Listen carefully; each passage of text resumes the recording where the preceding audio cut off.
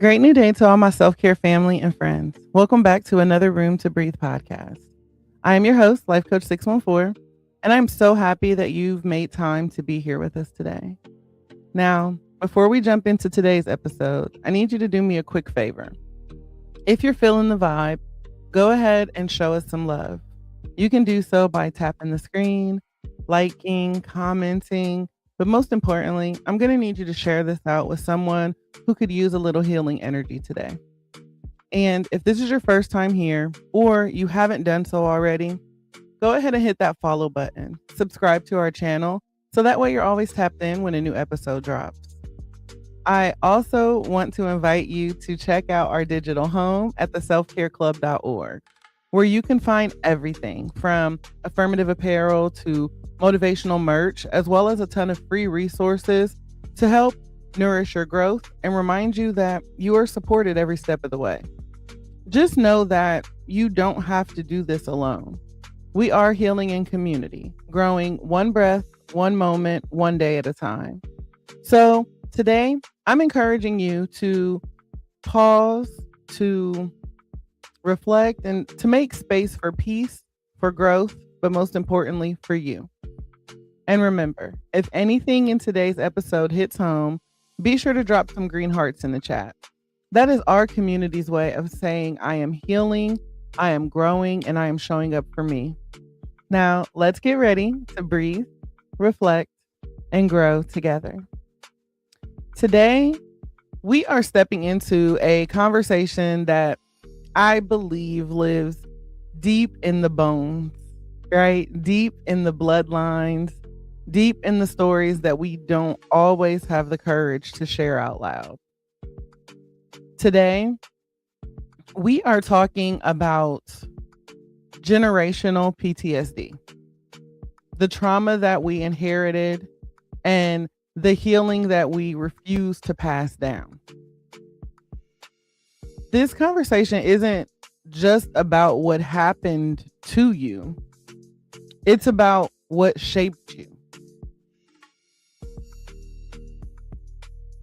It's about what you survived before you even had the language to call it trauma. It's about the patterns that you didn't choose, but still carry. The wounds that didn't start with you, yet somehow ended up sitting right in your lap. And if we think about it, healing ain't just personal, right? It's ancestral. It crosses over bloodlines. I think that it reaches backwards into everything that your mother held in silence, into everything that your grandmother swallowed so she could keep going, into everything the woman or man before you endured without any type of support, without therapy, without safety. Just faith, right? A whole lot of faith and grit and just the hope for better days. And here you are now, the one that's bold enough, brave enough, aware enough to say, hold on, this stops with me. See, when you choose to confront the chaos that you grew up with, when you finally turn around and face the patterns that tried to define you, you're not just breaking curses. You are rewiring the whole family's nervous system. You are teaching your body a new story. You're teaching your future lineage a new language. You're teaching your spirit that survival is not the same as peace. And that's why I believe that this conversation is like a legacy detox, a moment for us to just exhale the pain that we've inherited and inhale the healing that you're now committed to passing forward. Spark Motive, welcome in. So take a deep breath before we get started. Let it settle in your spirit. right? Because today I'm asking that you get honest with yourself. Today we're going to dive right into the root of things. And roots don't lie, y'all. So let's get into this legacy detox. I believe that we need to start by, just putting it all out there that a lot of what we carry is an inheritance that nobody asked for. Right? I didn't ask for this trauma. Some of us were born into war zones that had no bullets, right? We were thrown out there on the front line with no way to defend ourselves. Just silence and secrets and tension and emotional landmines. Some of us grew up thinking that chaos was normal because it's all we ever saw. We didn't get childhoods, we got training. Training on how to read the room in 2.2 seconds. Training on how to keep the peace even when it cost us our own. Training on how to hold everybody else's emotions while ours continuously fell through the cracks. See, people talk about inheritance like it's always money or property or opportunities. Hey, sister girl, I love you. Right? And so every time you think of inheritance, right, you think of this generational wealth that's passed down. But again, if we're being honest, a lot of us have inherited fear. We've inherited silence. We inherited trauma that was camouflaged as discipline, strength, or my favorite. That's just how family is. That's just how our family is. And so we inherited the family rules that nobody wrote down. That don't talk back. Don't question anything. Don't cry too long. Don't ask why they act like that. Don't apologize, just move on. Or don't break the pattern, right? Don't rock the boat. If it ain't broke, don't fix it. And then we wonder why we grew up anxious and hyper independent and always waiting for something to go wrong. We wonder why our bodies, tense up at the sound of a raised voice. Why we mistrust good love. Why rest feels like danger to us. And it's because generational trauma gets passed down just as easily as recipes and last names. Some of us were born into environments where love was present, but so was pain. Where safety depended on somebody's mood. Where emotional stability was a privilege, not a guarantee. And I think here's the hardest part to swallow. Some of the people who hurt us were doing the best that they knew how. But doing their best doesn't erase the burden that we are left to carry. It doesn't erase the wounds we grew up calling personality traits. It doesn't erase the emotional weight we didn't ask for, but still had to hold. Generational PTSD isn't dramatic. It's daily, right? It's the way your stomach tightens up when someone calls you, calls your name in the wrong tone. It's the way you apologize for existing. It's the way you overachieve so nobody can tell you that you're not enough. It's the way you shrink so nobody feels threatened by your shine. It's the way you stay in relationships longer than you should because leaving feels like abandonment. And these patterns didn't start with you, right? They set up shop in your spirit like they belong there, but you're not the initial cause of it. Most of us didn't even realize it was trauma until we got older and saw what peace was supposed to feel like. The moment you visit somebody else's house and it's quiet, not tense, right? But like that healing kind of quiet. The kind where nobody tiptoes around each other. The kind where raising your voice isn't the norm. And suddenly you realize, oh, this is what life is supposed to feel like, right? Not survival mode all day. And when you have that experience, that realization hits different because it means that you've been carrying weight that wasn't yours to carry. But while you're holding it, it is yours to release. Today, it is just time for us to acknowledge the truth, which is we've carried a lot, but we don't have to keep carrying it all. Conversations like this is where healing begins. And so again, we have to first understand that trauma shows up before you even know its name. Before you ever learn the alphabet, your body learned alarm systems. Before you learned how to express yourself, you learned how to shut down. Before you learned how or what love should feel like, you learned what danger felt like, even if nobody ever said a word. Trauma teaches you, trauma teaches before language does. And the body never forgets a lesson, even those you wish you could unlearn.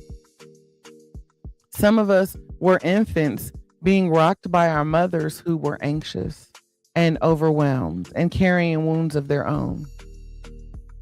And we absorbed that. We felt that. We learned that early. Love is here, but so is tension. Some of us were little Black girls watching adults storm around the house, slam doors, raise voices, or sit in silence that felt like punishment. Nobody explained it. Nobody helped you process it. But your body completely understood. Stay small. Stay quiet. Stay ready. Your nervous system was shaped long before your personality had a chance to develop. And then you grow up, right? And you don't even realize the alarm bells in your spirit were installed by someone else's pain.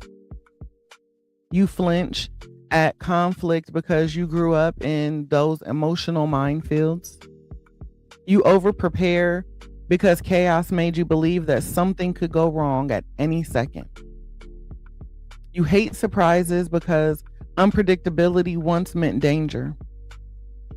You become the strong one because you learned early that weakness is not safe. You never rest because rest never felt earned. It always felt risky to you. But I want you to understand that these aren't flaws. These are symptoms. Symptoms of an environment that taught you survival instead of safety. So let's just talk about how sneaky generational PTSD can be. You'll think that you have commitment issues when really your body is just terrified of trusting someone who might flip on you in an unstable way, or they may, suddenly create an unstable environment, the one that you were taught to expect over the years. You'll think that you're too emotional when really you just spent years holding everything in because nobody gave you space to feel your feelings. And now they're finally demanding to be heard, held. You'll think that you're low maintenance when really you just learned not to have needs because people made you feel like needs were inconvenient. You'll think that you're independent by nature when really you just learned early that relying on other people meant getting disappointed. And that's your trauma talking. That's inherited pain showing up in adult relationships, adult friendships, adult choices, adult patterns. So, you know, I think the part that nobody's talking about is that your triggers often belong to someone before you. Your anxiety might not even be your own. Your avoidance might not be your own. Your fear of abandonment might not be yours. But your body carried it anyway because somebody had to. Because no one before you had the tools to unpack what they lived through. And that's why your healing is so powerful. Because you're not just naming what happened to you, you're naming what happened to the ones who didn't survive long enough to emotionally name it themselves. No fear, no doubt. Welcome in. See, those childhood lessons teach the adult you what could be possible, what should be possible. Childhood teaches us lessons that our adult selves spend years unlearning. But the good news is you're doing the work, right? If you were even just starting your healing journey in your 30s, your 40s, your 50s, 60s, 70s, right? There's no age out. So if you started, you're doing the work.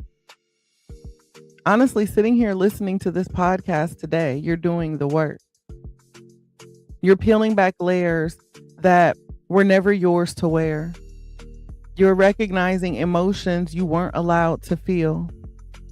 You're confronting patterns you weren't allowed to question. Ultimately, you're giving language to pain that your ancestors swallowed whole. And so this is the moment where you start telling the truth that your body has been holding on to for decades. Over the years, survival was normalized, not healthy. All right? A lot of us didn't grow up in homes. We grew up in survival camps, disguised as families. And the wild part is we didn't even know, right? Because when everybody around you is struggling, you start believing that struggle is the standard.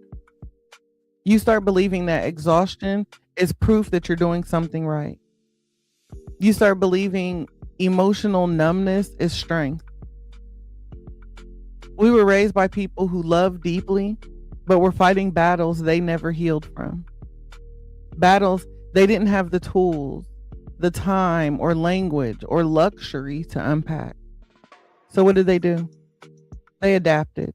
They coped. They survived. But survival has side effects. Side effects that look like personality traits when you're too young to understand the difference. Thank you. So I want to break it down because we're older and we're wiser, right? So let's talk about it. The first is hyper independence. That wasn't ambition. That was, I learned early that asking for help leads to disappointment. So I'm going to just do it myself so I don't get disappointed. People pleasing. That wasn't kindness. That was, if I can keep everybody happy, then maybe I'll be safe. So I'll just give and give and give. I won't say no, because then I can just keep everybody safe. Or never resting, right? That wasn't hustle. That was stillness feels scary because I grew up waiting for the next explosion. So I ain't got time to rest. I'll sleep when I'm dead, right?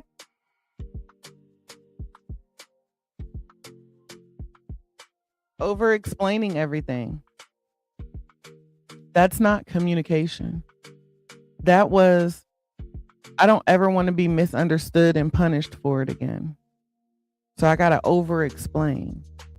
I got to make sure they know what I'm saying so I don't get hurt, so I don't get in trouble.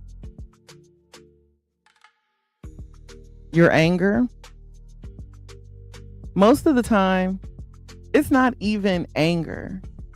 It's fear, pain, neglect, dressed up in the only emotion that we were allowed to show. Then there's emotional breakdowns, right? That had nothing to do with maturity. That was no one ever checked on you when you felt things. So what's the point of feeling it? I'll just shut down. I'll just close everybody out. See, survival shaped us, but it also stretched us thin, molded us into versions of ourselves we now have to spend our entire adulthood trying to unlearn and outgrow. And I think the hardest thing to really wrap my head around is that survival was praised.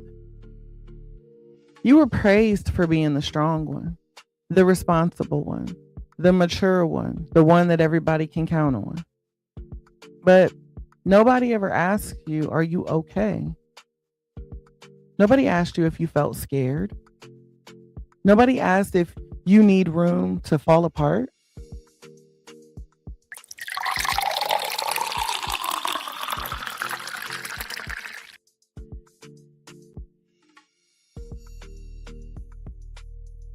I think strength became the expectation, not the compliment. Because we grew up thinking that being exhausted meant we were doing a good job. That if we were being self-sacrificing, right, that meant we were being loving. We grew up thinking that silence meant peace. They never taught us the difference between peaceful and people-pleasing, between being helpful and being used, being strong and being hardened. We were conditioned to survive, but never taught how to be well. And so when you finally start your healing journey, that realization hits you like a freight train. And you finally realize I wasn't thriving, I was simply enduring.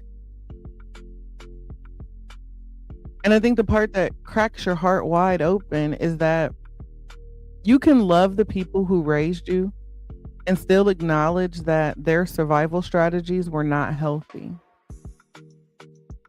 You're not betraying your family by naming the truth. You're freeing yourself and potentially them by refusing to repeat it. Their survival got you here, but your healing is what's going to take your lineage even further. You're not weak for admitting that you're tired. You're human. And you deserve more than survival. You deserve stability and softness. You deserve lives filled with choices, not coping mechanisms. Survival served its purpose, but it's not your destiny. It's not the end. If you choose, like you have to choose for that survival not to be your ending. And there's a point within your healing journey that it's going to start to feel like rebellion, right? Nobody warned me about that when I started my journey, right? The moment that you start to break generational patterns, the moment you start honoring your boundaries, the moment you start choosing your peace over dysfunction, people will swear that you are the problem. Your healing won't just feel uncomfortable. It's going to feel like a rebellion. Because for generations, the rule was simple. Don't question it. Don't challenge it. Don't change it. And here you come with the audacity to say, I'm not living like this anymore. So yeah, it's not necessarily a rebellion, but it is definitely a revolutionary act. When you refuse to carry the emotional weight that isn't yours, they're going to call you selfish. When you Stop explaining yourself to people who are committed to misunderstanding you. They're going to call you distant. When you say no without guilt, they're going to say you disrespectful. When you stop enabling someone else's dysfunction, they're going to label you the villain. And when you choose to go to therapy over sitting in silence, they're going to say that you out here airing out the family's business. And I think for me, the part that stung the most was that some of the loudest resistance that I received came from people who benefited from me abandoning myself. It's like I recognized that my healing disrupted the system that they're still surviving in. It challenged the roles that they were used to me playing. And I began exposing patterns that they weren't ready to confront. For generations, the family blueprint was simple. Just endure it. Keep the peace. Let it go. Move on. Don't talk about that. Act like it's fine. Right? But that blueprint was built on trauma. And you're just the first one brave enough to pick it up and say, no, I got a pen. Let me rewrite this. What's up, Mr. Jackson? Favorite things, welcome in. And so that's why healing is lonely sometimes. That's why you feel misunderstood. That's why setting boundaries makes your voice shake. Because you're walking roads that your ancestors didn't have the opportunity to walk. Thank you. You're reclaiming what was stolen. Your voice, your safety, your softness, your identity, your truth, and your peace. And some family members don't actually fear losing you. They fear losing control over the version of you that served their comfort. When you heal, you stop over-functioning. You stop accepting crumbs. You stop showing up to dysfunction uninvited. You stop responding to emotional emergencies that aren't your business. And the moment that you stop participating, that generational cycle loses its power. That's why your healing feels like a rebellion. And I guess in that aspect it is. It's you saying no more pretending, no more shrinking, no more ignoring my own needs just to keep the peace. It's you refusing to pass down what almost drowned you. It's you choosing emotional truth over generational silence.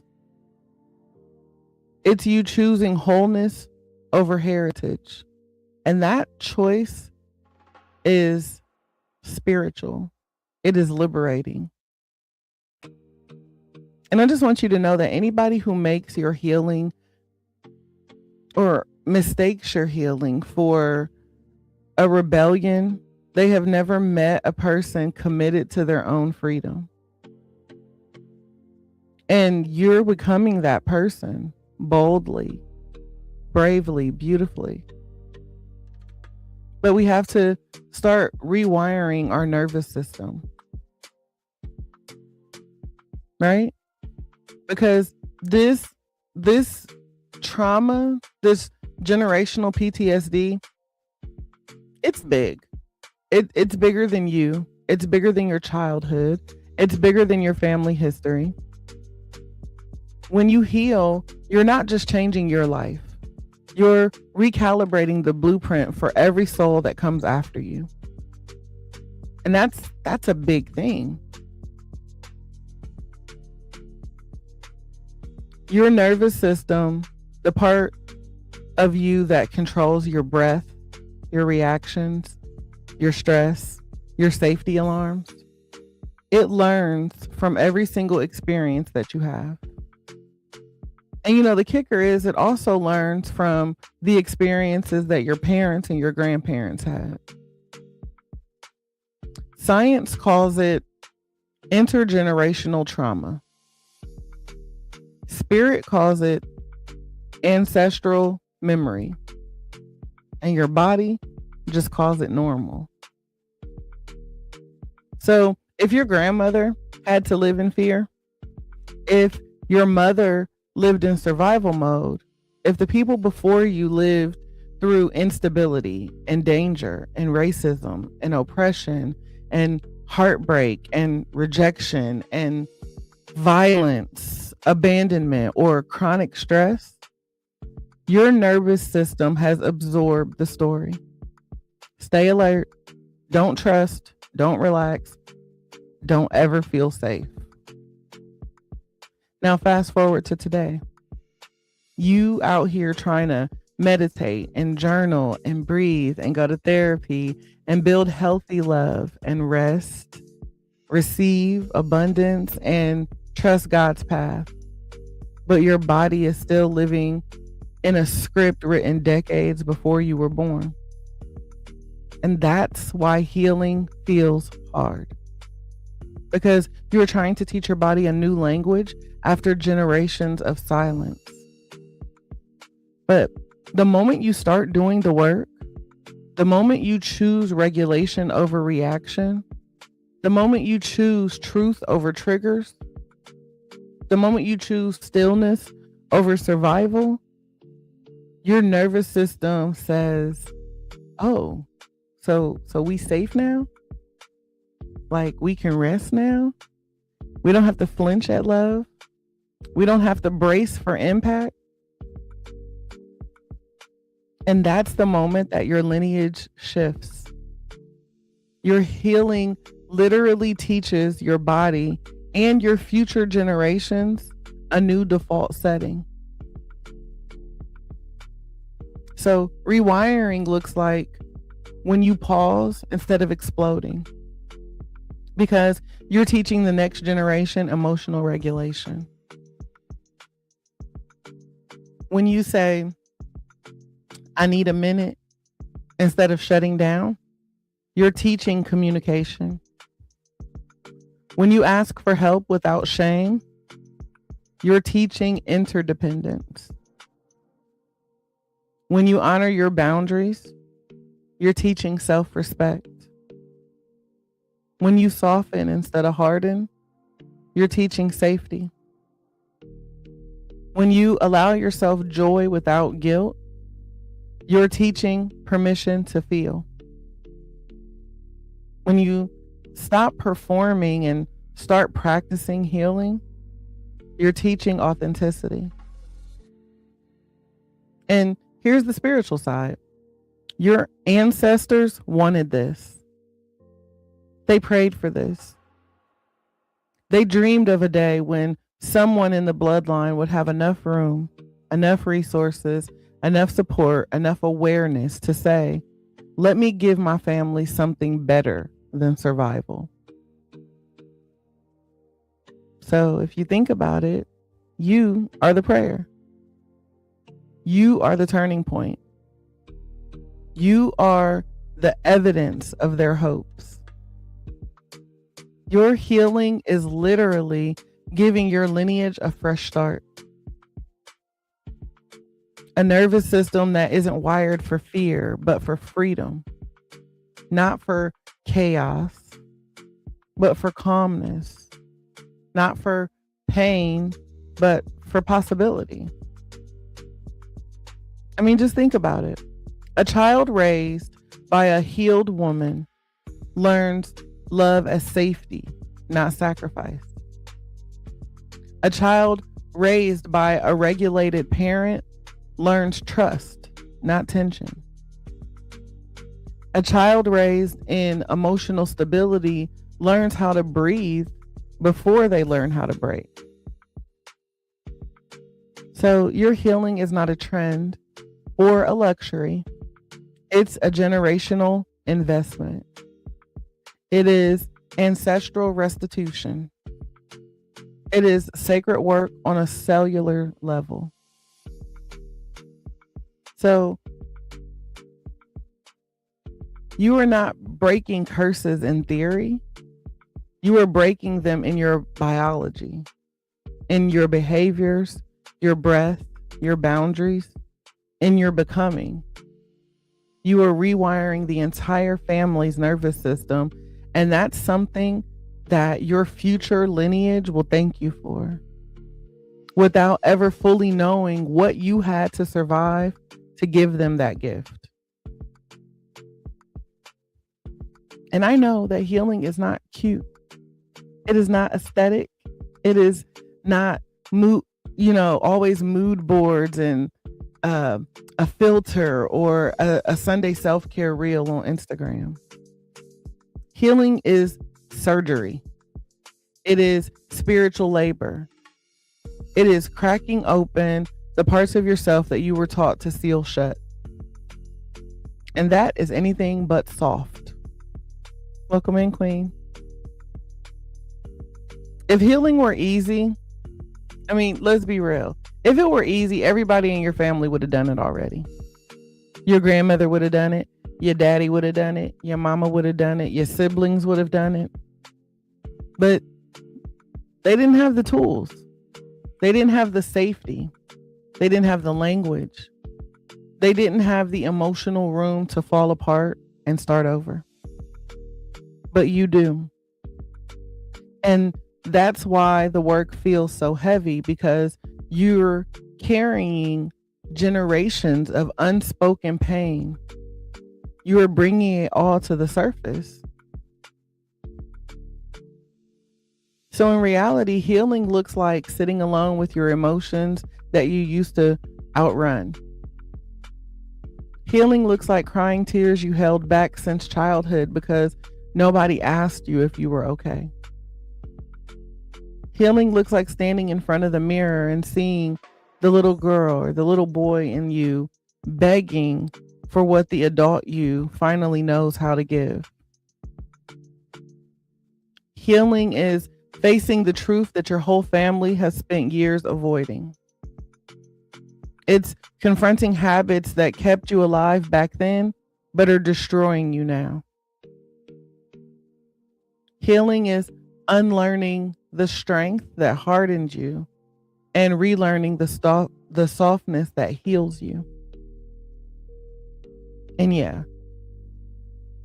healing will break your heart before it saves it, because you're going to start to see the world differently. You're going to start to see yourself differently. You'll start seeing your family dynamics differently.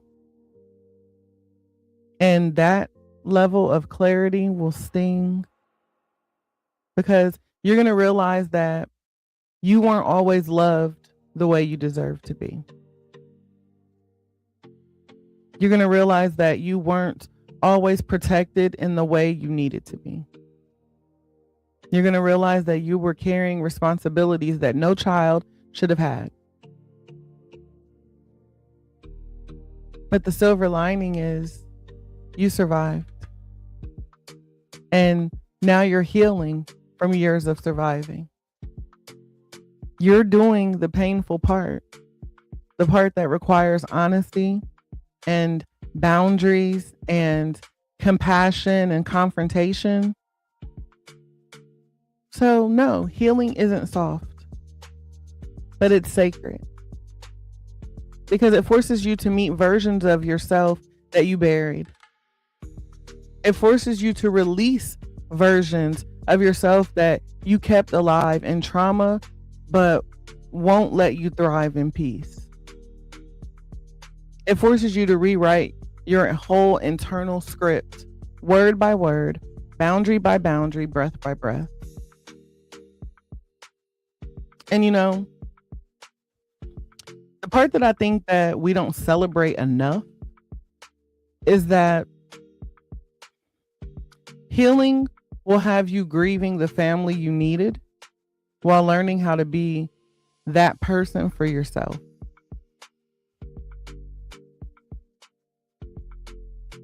It's the moment that you finally say, I deserve better. And I can give myself better now. It's waking up with swollen eyes, but a clearer spirit. It's shaking, but still choosing to have the hard conversations. It's walking away even when your knees are trembling. It's telling the truth, even if your voice breaks.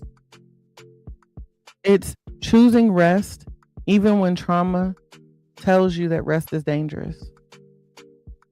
This work of healing is not glamorous. It is not instant. It is not linear. But it is divine alignment. It is generational redemption. And it's the kind of transformation that shifts bloodlines and births new beginnings. You're not just healing. You are becoming the healed ancestor that your future lineage will never have to recover from. So yeah, if it takes me to do the work, if it takes me to rattle all the skeletons in the closet, so be it. I'm built for this. I'll do the work. So that way the future lineage won't have to recover from it.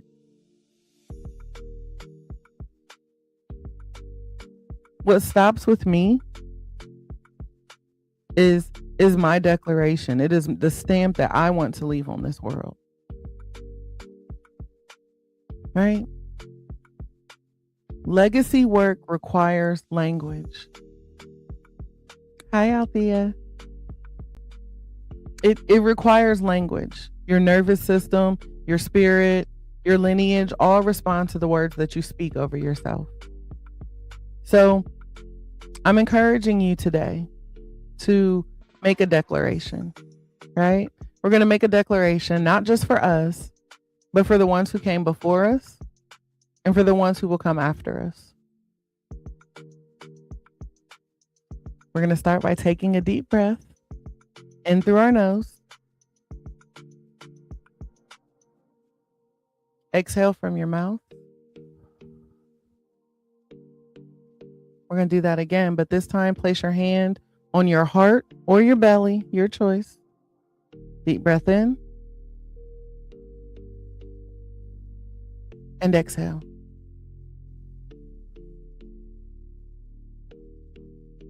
And as you continue to breathe, I want you to feel your body.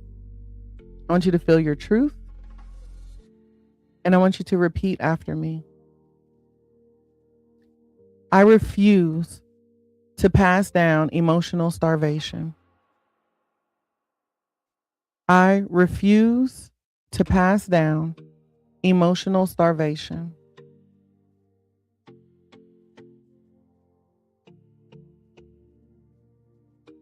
My lineage will feast on love, not fear.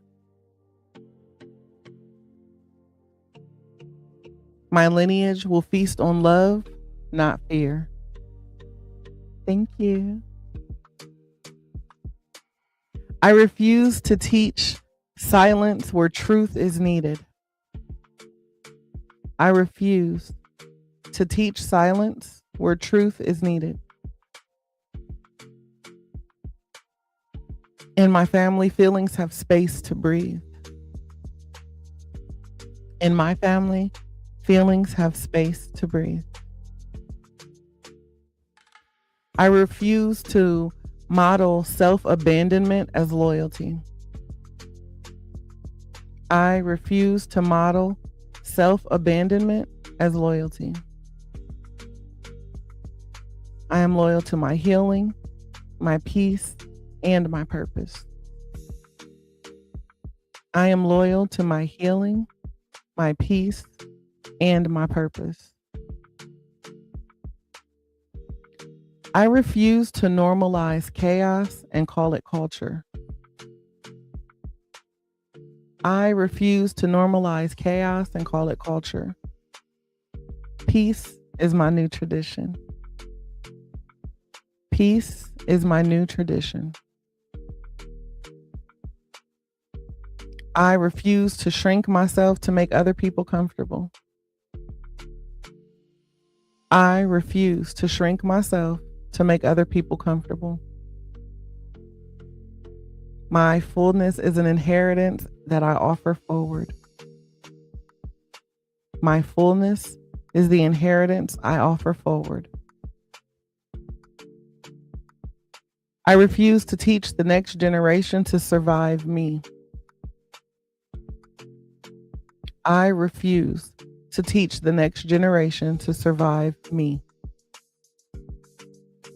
I will be safe love, steady love, healing love. I will be safe love, steady love, and healing love.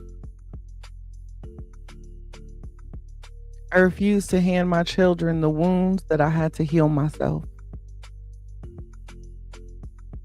I refuse to hand my children the wounds that I had to heal myself. My lineage will inherit wholeness, not harm. My lineage will inherit wholeness, not harm. Now, you guys, listen. This isn't just poetic, right? It's not just an affirmation. This is contract work with your future. This is you breaking spiritual agreements made in generational silence. And here's the thing. You don't have to heal perfectly. You just have to heal intentionally. Generational change starts with one decision, one boundary, one moment of truth, just one man or one woman saying, I am not carrying this another step. And you are that person. You are the restoration in the timeline. You are the healed place your lineage has been praying for.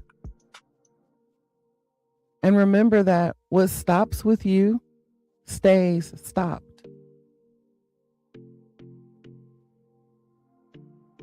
Now, I know that today wasn't the surface level kind of motivation.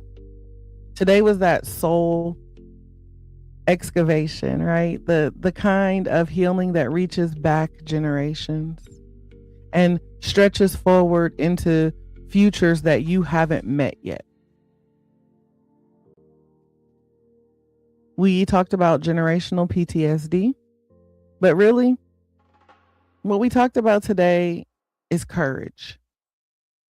We talked about honesty.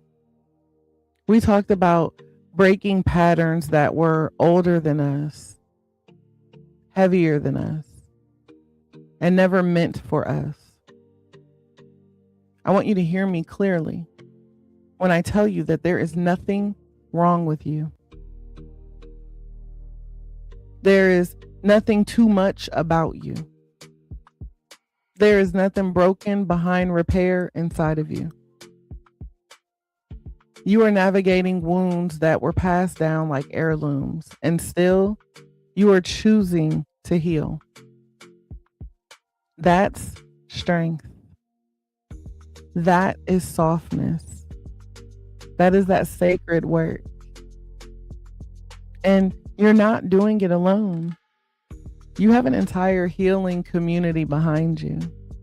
You have your ancestors cheering for you and a God that never left your side the entire time. Right? He never left you, not through the trauma, not through the confusion, not through the nights that you had to raise yourself, and definitely not through the healing that you're stepping into now. If anything in today's episode touched your heart or spoke to your spirit or maybe helped you name something that you've been afraid to face, just drop a green heart in the chat. That way we know that you're out here doing the brave work. I encourage you to share this episode with someone else who may be carrying things that never belong to them. Let them know that they're not alone either, that we're in this together. And family, I want you to remember that healing doesn't require perfection. It requires presence. It requires willingness. It requires compassion, especially for yourself. And no, you don't have to fix everything today.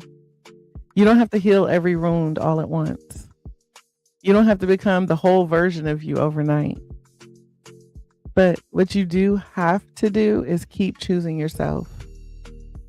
Keep choosing truth.